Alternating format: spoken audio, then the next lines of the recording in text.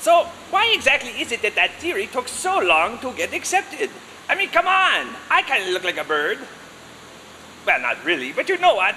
I am actually a bird, but we'll talk about that in a minute.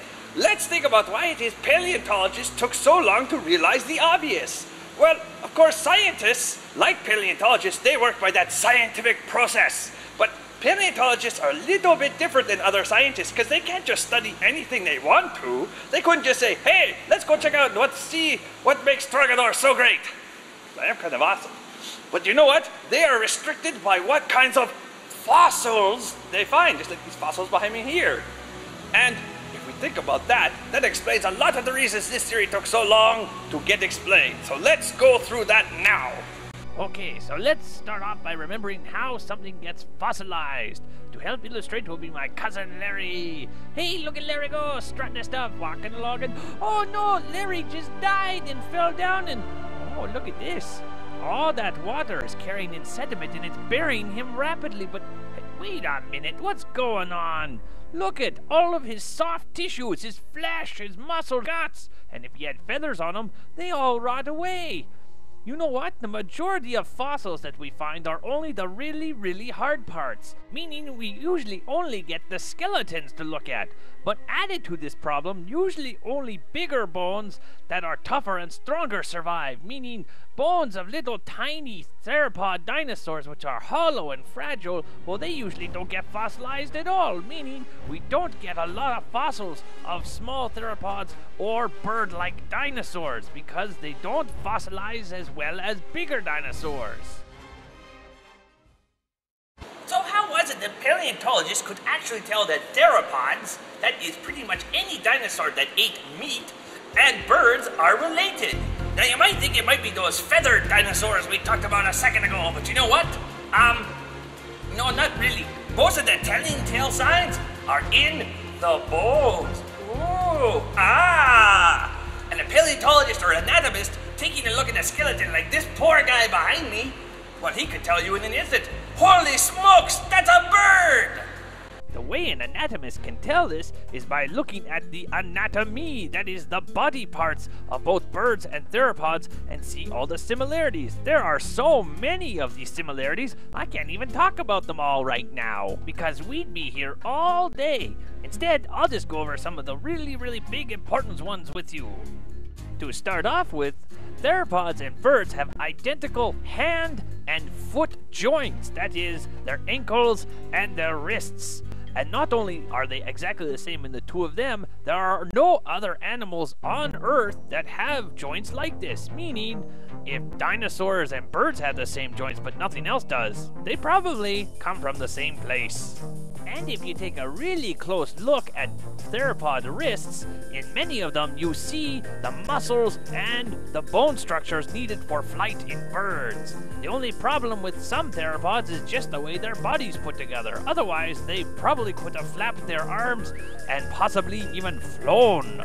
Another critical similarity between theropods and birds is that of the wishbone. That's right, a wishbone just like your holiday turkey had.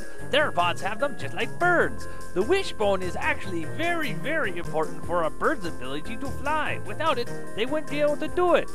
One of the reasons that the bird-dinosaur-link theory took so long to take off, well, was because no theropod had been found with a wishbone. But right before the discovery of feathered dinosaurs, a wishbone was found with an old skeleton of Sonoran And once this was discovered, after examining other skeletons for a similar structure, many tyrannosaurs and dromaeosaurs were also discovered to have wishbones. So how about that? Ha! I have a wishbone just like a turkey. Another of the really, really big similarities between birds and theropods is that of hollow bones. Hollow bones, of course, are very important for birds to fly because it makes them lighter. But before flight, theropods had hollow bones as well, probably to make them lighter when hunting down prey. Now, of course, the last really important similarity were those theropods that have been discovered with feathers.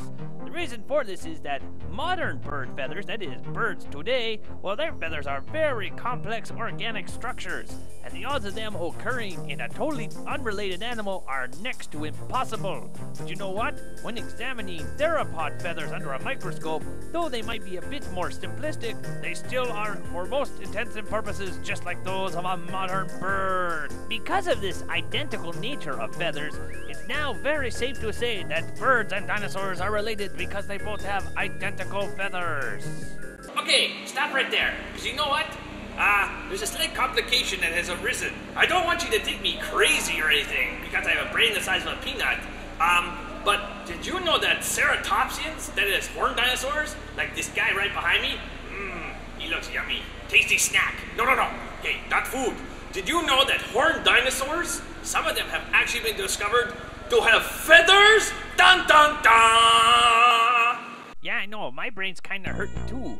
But just a few years ago, a Psittacosaurus, or primitive hornless ceratopsian, was discovered with a series of so-called feathers along its back, leading some to suspect that maybe all dinosaurs had feathers. But does this mean that Psittacosaurs are also related to birds? I mean, the very name Psittacosaurus means parrot lizard. If you take a look, they have a beak just like that of a parrot. Well, the answer is actually no, fortunately. For a little while, this looked like it was going to jeopardize the theory that theropods were the only ones related to birds. Closer examination of the ceratopsian's feathers revealed they were more like hair than actual bird feathers, thus proving even more so how theropods and birds are very closely related, because again, these ceratopsian feathers don't in any way really resemble true bird feathers. So you can see that's why it's kind of important when you're studying things like dinosaurs, or pretty much any kind of animal, you need to compare as many of them to each other as you can. Because if we hadn't done that, well, my buddy here, Triceratops, he's not really my buddy, he's more like my dinner. Well, he would probably be considered a bird too, even though he really was not.